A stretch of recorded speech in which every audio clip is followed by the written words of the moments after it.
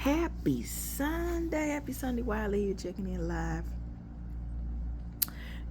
As far as like how the day went, today has been a good day. I really enjoyed getting to hang out with a friend of mine and have breakfast and chat.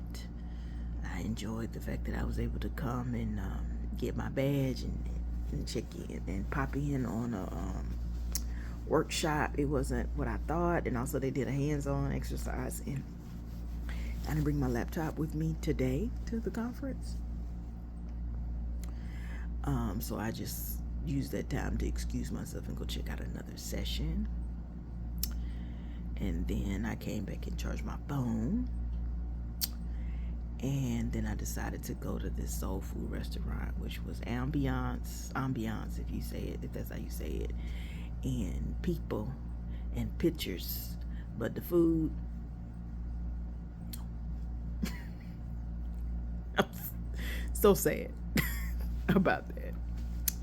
But sometimes you don't know, and I feel like there was a sign, because when I got off the rail, I rolled the rail back over there, and I had asked these two cops I saw about it. It literally reminded me of Sanford and Son, because it literally was a black cop and a white cop, and the black cop said he preferred, and he listed this other restaurant, but he said that one wasn't anywhere around here, and he was like, "We going here," and he pointed to where they were going, and I was like, I didn't know anything about the restaurant they were going to. I just was going to try, this one. And I was like, I'm committed to try it.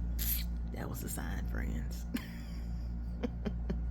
When the catfish is salty, when you order catfish, I ordered catfish with collard greens and potato salad. And they bring you black eyed peas and not the potato salad. And when you say, "Hey, I didn't order the black eyed peas," and they don't even say "my bad," nothing, "my bad, baby," nothing. They just bring you out something else, and you look at the potato salad, and when I tell you, it looks like 2 to 3 ice cream scoops of slop in a serving dish.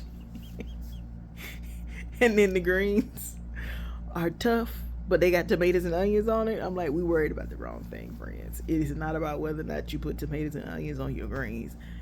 Y'all could have cooked these greens a little bit longer, and y'all didn't get this cut right on the greens. You're supposed to wash the greens, soak the greens, roll them up in the ribbons, and cut them. I don't know what they was doing down there. That's the way my grandmama taught me. That's the way my mama taught me how to cut them. Who over here?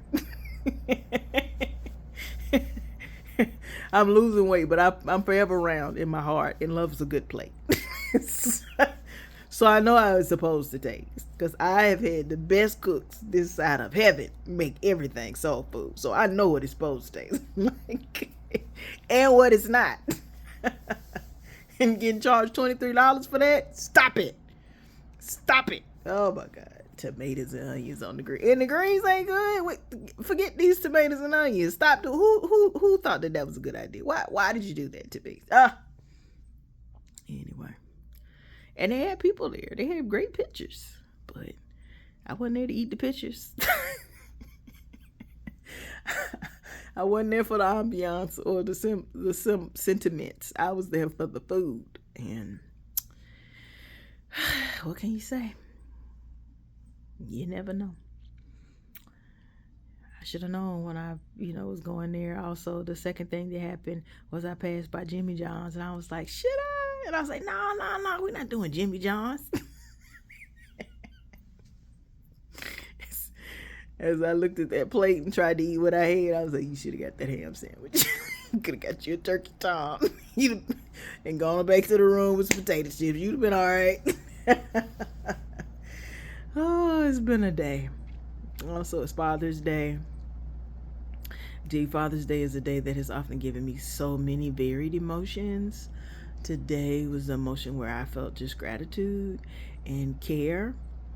I appreciate family and family that holds you in care. And today, grief ebbs and flows. There have been days, there's been years of Father's Day, and it's year 3 of Father's Day that my dad's gone, that it was hard to do anything, to move, to breathe, or all you could do was keep breathing.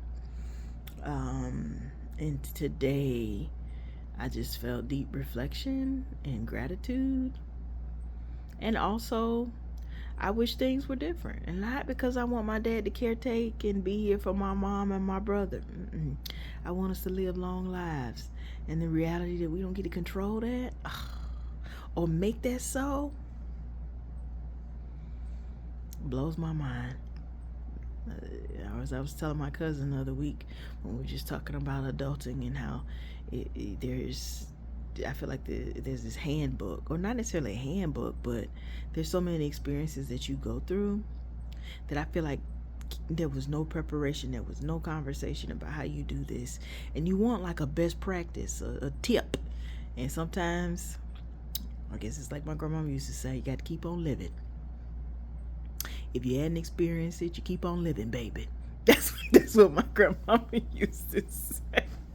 And the reality of that, the depth of that, the fact that, sometimes it's like, I know we're keeping on living is the goal, but living and navigating the tension and challenge of grief, of the way you thought it would be, lack of control, or just the fact that, you can want it so bad, and sometimes life is so varied, it's so multifaceted, and you just wanting the people that you love and care about to be well, but I can't make it be well for you. I don't have that superpower.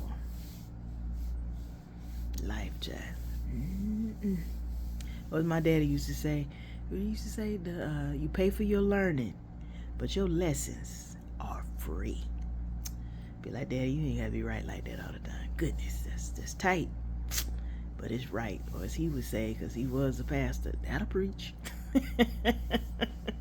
I hope that wherever you find yourself, whether your grief, whether it's physical loss or something else, however you might find yourself, I'm hoping that you know that you matter. I'm hoping that you know that you cared for, and that wherever you find yourself in your emotions, it's all good. There's no right or wrong way to grieve, and I'm just sending you love and care, because it can be tough.